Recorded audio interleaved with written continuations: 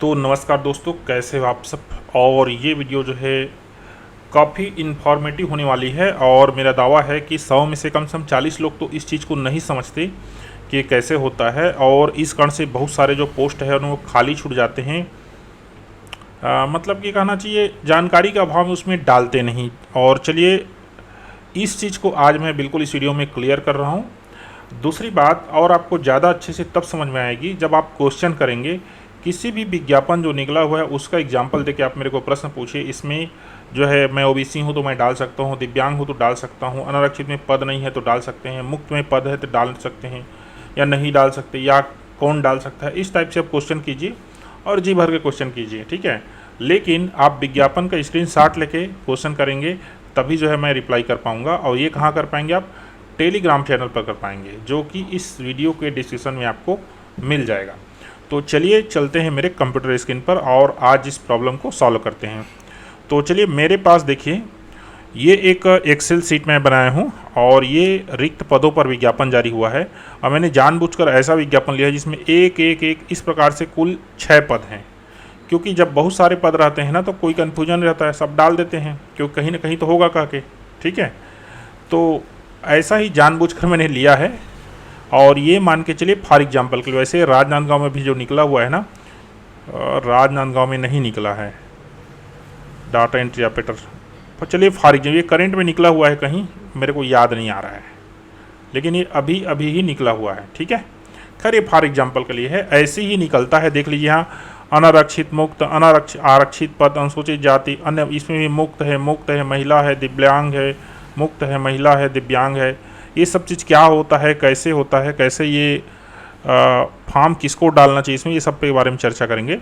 अब चलिए देखिए, ये मेरे स्क्रीन पर आप जो है ये देख रहे हैं, ये देखिए ये अनारक्षित है, ठीक है। ये टोटल अनारक्षित है ना, जैसे कि यहाँ आप देख रहे हो ये अनारक्षित वाला जो ये वाला कॉलम है, ठीक है ना, क्लियर, ठीक। अनारक्षित में मान लीजिए यहाँ पर टोटल पद कितना है, 3 है उदाहरण के लिए। तो अनारक्षित में कौन फॉर्म डाल सकता है? अन्य पिछड़ा वर्ग, अनुसूचित जाति, अनुसूचित जनजाति। अनारक्षित का तात्पर्य है अनरिजर्व्ड है, इसमें कोई भी फॉर्म डाल सकता है। उदाहरण के लिए ये अन्य पिछड़ा वर्ग का व्यक्ति, इस एग्जाम्पल से देखिए, इसमें देखिए अन्य पिछड़ा वर्ग में कोई पद नहीं है चारों में, लेकिन अनारक्षित में एक पद है। तो इन अनुसूचित जाति, जनजाति या फिर पिछड़ा वर्ग का कोई भी कैंडिडेट हो, चाहे महिला हो, चाहे भूतपूर्व सैनिक हो या फिर दिव्यांग हो, वो इसमें फॉर्म डालेगा। और वो कहाँ फाइट करेगा? इस एक पद में वो अपना फाइट करेगा, लड़ाई करेगा। उसका जितना भी परसेंट होगा वो इसके हिसाब से वो इसमें नियुक्ति उसकी हो सकेगी, थ्योरी है, ठीक है। तो आपको समझ में आ गया होगा कि अनारक्षित क्या चीज़ है, ठीक है। अनारक्षित ऐसा जगह है जहाँ पर, अब ये सभी जो है ना आरक्षण वाली बातें हैं। अब आप बोलेंगे कि सर जो है अनारक्षित मतलब अनरिजर्व्ड है, तो इसमें जो सामान्य कास्ट के हैं वो लोग तो अन्य पिछड़ा वर्ग में नहीं जाते, तो ये इसमें कैसे आता है? तो ये सब जो है आरक्षण की बातें हैं, और आरक्षण हमारे देश में संवैधानिक जो है अधिकार है, और ये इस पर हम चर्चा कभी बाद में करेंगे। तो चलिए देखिए, अन्य पिछड़ा वर्ग का चाहे वो महिला हो, चाहे दिव्यांग हो, चाहे फिर वो भूतपूर्व सैनिक हो, इन तीनों में से कोई भी हो वो इस पर फाइट करेगा। अर्थात अनारक्षित मान लीजिए एक पद है, तो इन तीनों में से कोई भी कैंडिडेट हो, आप तीनों में से कोई भी ना, आप जो है फॉर्म डाल सकते हो। दूसरी बात, आप बोलते हो कि फॉर्म डालते समय अनारक्षित लिखें सर, क्योंकि अनारक्षित में फॉर्म है। नहीं, ऐसा नहीं है। अनारक्षित का तात्पर्य है वो अन्य पिछड़ा वर्ग भी है, वो अनुसूचित जाति भी है, जनजाति भी है, जनरल भी है, वो सब के लिए है ना। उसके लिए आपको अलग से अपने जो है जाति वर्ग में अनारक्षित लिखने की आवश्यकता नहीं है। ऐसा लिखेंगे तो कल के डेट में यदि सीट बढ़ गया, यदि पोस्ट आ गया, कहना चाहिए अन्य पिछड़ा वर्ग में, तो आपको फिर उसी में फाइट करना पड़ेगा, अनारक्षित में ही। अन्य पिछड़ा वर्ग में आपको जगह नहीं मिल पाएगा, क्लियर।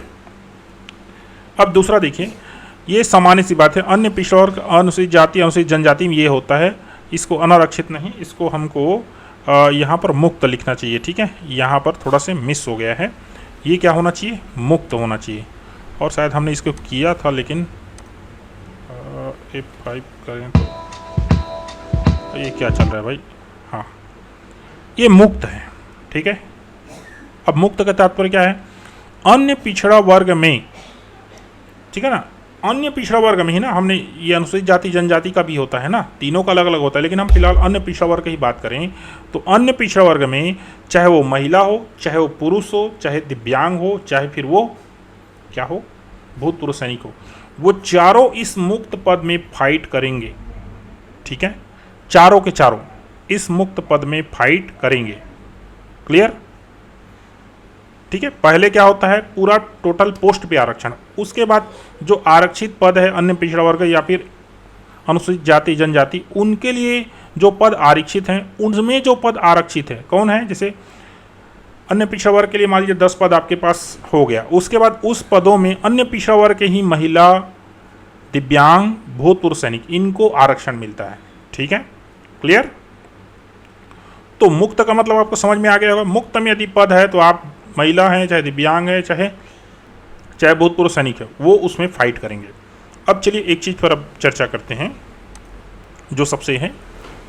देखिए, यदि कोई अनारक्षित है अर्थात वो जनरल कास्ट है तो वो अन्य पिछड़ा वर्ग में जाकर फाइट नहीं करेगा, अनुसूचित जाति में जाकर फाइट नहीं करेगा, अनुसूचित जनजाति में जाकर फाइट नहीं करेगा। दूसरा देखिए, यदि कोई अन्य पिछड़ा वर्ग का कैंडिडेट है और अगर वो पुरुष है और अगर वो नॉर्मल है ना, वो दिव्यांग भूतपूर्व सैनिक नहीं है, तो वो दिव्यांग में जाके फाइट नहीं कर सकता, महिला में जाके फाइट नहीं कर सकता, भूतपूर्व सैनिक में जाके फाइट नहीं कर सकता। उसको किस में फाइट करना पड़ेगा, अन्य पिछड़ा वर्ग के मुक्त में। क्लियर? वैसी अनुसूचित जाति अनुसूचित जनजाति के लिए भी है। मान ली जाए अन्य पिछड़ा वर्ग के जो दिया हुआ है पद, उसमें मुक्त में एक भी पद नहीं है और महिला में मान लीजिए 2 पद है। ठीक है, तो कौन कौन डाल सकते हैं इसमें फॉर्म? देखिए, महिला में है तो दिव्यांग महिला वो डाल सकती है, भूतपूर्व सैनिक है और महिला है तो वो डाल सकती है, इसमें पुरुष वालों का फिर कोई चांस नहीं है। अब चलिए मैं आपको समझाता हूँ इस एग्जाम्पल के थ्रू। ठीक है, तो देखिए यहाँ पर अनारक्षित में 1 पद है। क्लियर? अनारक्षित में क्या है, 1 पद है, तो इसको कौन कौन फाइट करेगा? ये जो मान लीजिए 20 जने जो पहुंचे हुए हैं, ये जनरल, एससी, ओबीसी जितने भी है ना, याद रखिए ना, 20 के 20 इसमें फाइट करेंगे, मतलब 20 में से किसी का भी हो सकता है। फॉर एग्जाम्पल के लिए यहाँ पर सबसे ज़्यादा परसेंट किसका है, तो ये 98 है, श्रीमती शालिनी। अगर ये जनरल के जगह मान लीजिए एससी होती, फॉर एग्जाम्पल के लिए मैंने लिख दिया, तो ये इसका नियुक्ति इसमें कहाँ हो जाएगा, इस पद में हो जाएगा। मतलब आपको जो है अनारक्षित में यदि पद है, चाहे 1 पद है, ठीक है ना, और वो मुक्त में होना चाहिए ना, तो उसमें कोई भी फाइट कर सकता है। यदि ये अनारक्षित मुक्त में नहीं रह के महिला में रहता, तो फिर इनमें से इधर अन्य पिछड़ा वर्ग, एससी एसटी जो भी हैं, इनमें से जितने भी महिला हैं वो सब के सब इसमें फाइट करते, पुरुष छूट जाता। ठीक, समझ में आई बात? दूसरा देख लिए, फॉर एग्जाम्पल के लिए ये शीघ्र लेखक बैकलॉग है। बैकलॉग क्या होता है, इसके बारे में बाद में चर्चा करेंगे। देखो, अनुसूचित जनजाति मुक्त में है, 1 पद है इसमें, तो इसमें कौन फॉर्म भरेगा?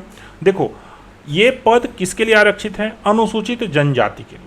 ठीक है, तो इसमें कौन भर सकता है, अनुसूचित जनजाति भर सकते हैं।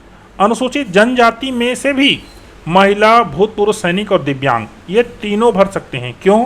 क्योंकि ये पद किसमें है, मुक्त में है। ठीक है, इसमें कौन फॉर्म भर सकता है, अनुसूचित जाति का होना चाहिए, चाहे वो महिला हो, चाहे वो दिव्यांग हो, चाहे वो भूतपूर्व सैनिक हो। उदाहरण के लिए यही पद अगर महिला में हो जाता तो इस अनुसूचित जाति में से केवल महिला लोग ही फॉर्म भरने के लिए एलिजिबल हो पाते।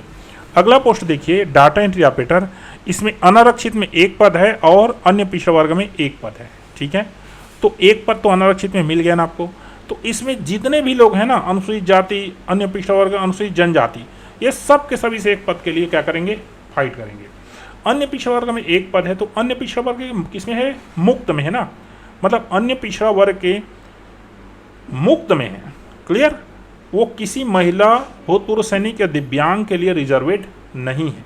क्लियर? 2 प्रकार का रिजर्वेशन हो रहा है ना, एक किसके लिए रिजर्वेशन, टोटल पोस्ट पर रिजर्वेशन किसके लिए है, वो अन्य पिछड़ा वर्ग के लिए है, और दूसरा अन्य पिछड़ा वर्ग में वो रिजर्वेड नहीं है, वो क्या है, फ्री है, मुक्त है। अगर ये किसी महिला के लिए रहती तो फिर अन्य पिछड़ा वर्ग का कोई महिला ही फाइट कर पाता इसको। क्लियर? अब इसमें देख लीजिए, ये तो सेम है, और चलो हम एक फॉर एग्जाम्पल के लिए अब इसको एक्चुअल में बनाते हैं।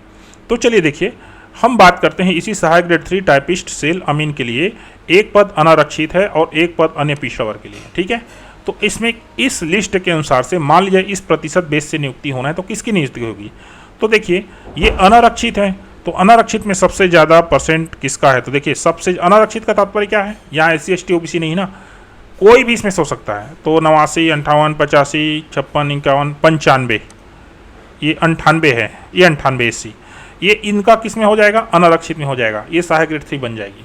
अब बात आ जाती है अन्य पिछड़ा वर्ग की। तो अन्य पिछड़ा वर्ग में और कोई कास्ट का नहीं आ सकता ना, सॉरी वर्ग का नहीं आ सकता। तो अन्य पिछड़ा वर्ग में किसकी नियुक्ति होगी?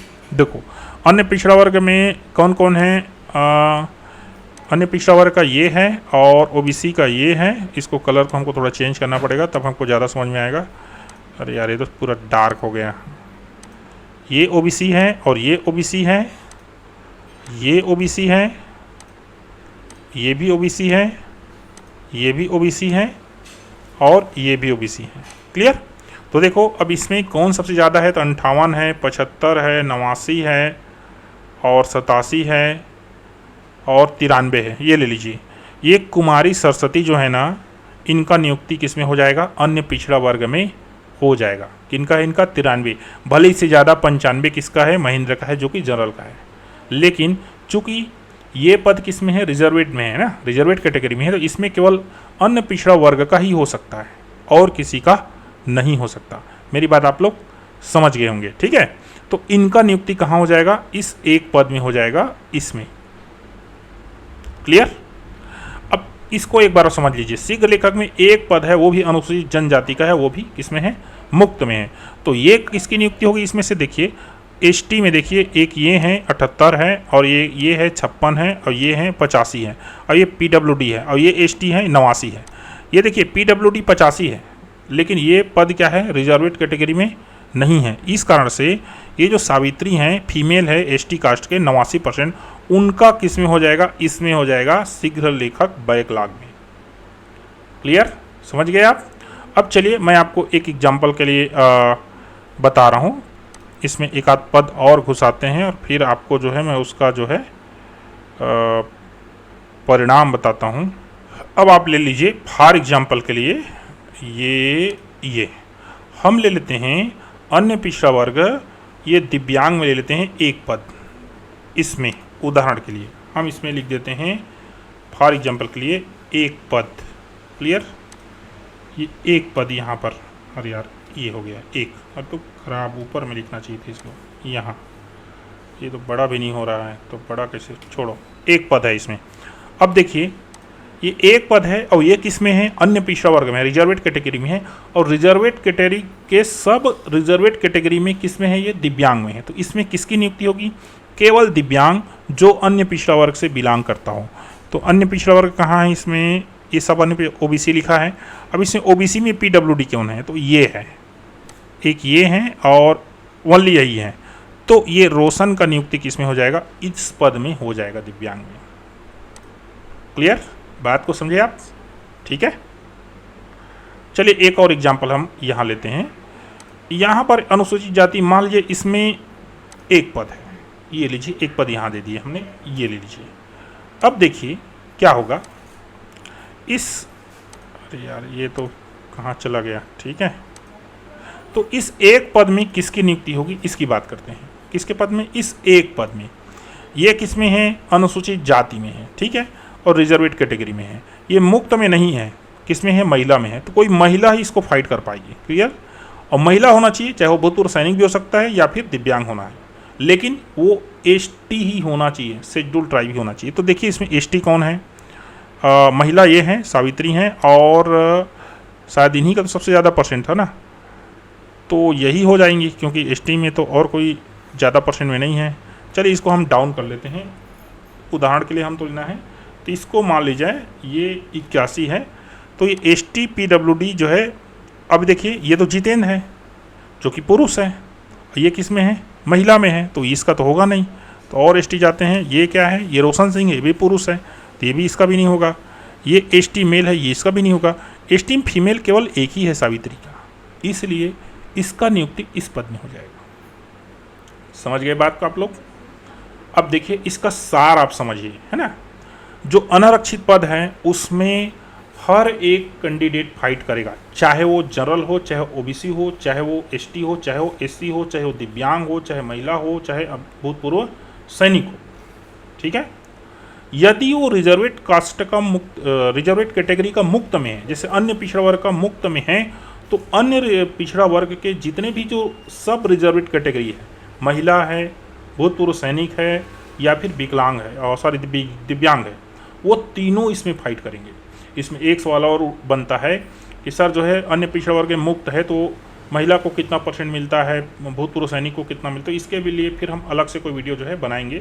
वैसे छत्तीसगढ़ सरकार में जो है दिव्यांग है उनको 10% जो है रिजर्वेशन मिलता है, भूतपूर्व सैनिक है उसको 20 से 30% मिलता है, उसके बाद महिला है उसको 30% मिलता है। तो ये सब चीज़ें बाद में हम डिस्कस करेंगे।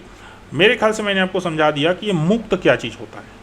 क्लियर, इसमें किसी प्रकार से कन्फ्यूजन नहीं होना चाहिए, और अपना कन्फ्यूजन दूर करना है, आपको कुछ सीखना है तो जिस भी विज्ञापन में आप डाल हो उसका एग्जाम्पल लो और उसको स्क्रीनशॉट देकर मुझे टेलीग्राम चैनल में पूछो, मैं आपका रिप्लाई दे दूंगा। तो वीडियो सच में इन्फॉर्मेटिव बनी है और आपको अच्छा लगता है, सच में मैंने अच्छी जानकारी दी है, तो प्लीज़ चैनल को सब्सक्राइब कर लीजिए और ये शेयर करना बनता है, ये शेयर करने वाली जानकारी है। ठीक है, और वैसे भी हम जो है शिक्षक समाज से आते हैं तो हमारा काम है लोगों को एजुकेट करना और ज्ञान को स्प्रेड करना। थैंक यू दोस्तों, शुभ रात्रि।